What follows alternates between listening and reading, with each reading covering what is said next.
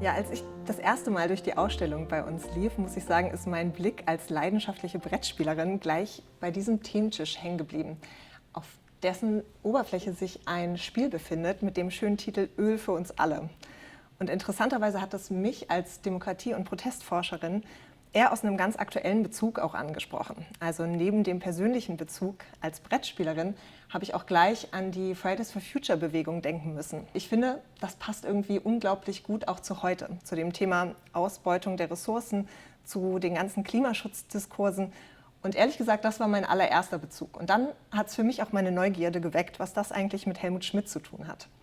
Und als ich dann auf den Thementisch genauer schaute, sah ich, ah ja, es geht um die 70er Jahre. Es geht um die Zeit, als Helmut Schmidt sich mit vielen Themen auseinandersetzen musste, unter anderem eben auch mit der zunehmenden Inflation in den USA und dem weltweit gestiegenen Ölpreis, der unter anderem, und das sieht man dann auch in der Ausstellung ganz schön, dazu führte, dass sonntags die Autobahnen ganz plötzlich ganz leer waren und Menschen dort spazieren gingen. Und wenn ich hier stehe und so ein Ausstellungsstück sehe, dann wird mir immer ganz deutlich, dass es nicht nur um Helmut Schmidt als Person geht, sondern immer auch um unsere Geschichte, um unsere Demokratiegeschichte letztlich und um die Epochen dieser Zeit.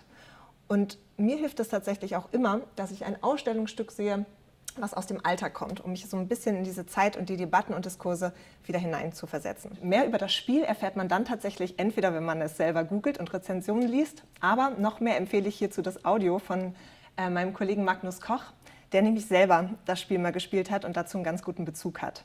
Mich hat es eher an Monopoly erinnert, von der Aufmachung her, aber tatsächlich wurde es ursprünglich rausgebracht, gar nicht so aus einer kritischen Perspektive der Umweltbewegung, sondern ganz im Gegenteil von BP selbst. Aber wie gesagt, die Geschichte gibt es in unserer Ausstellung, genauso wie weitere Informationen zu dieser Zeit, unter anderem aufbereitet von Mr. Wissen to Go.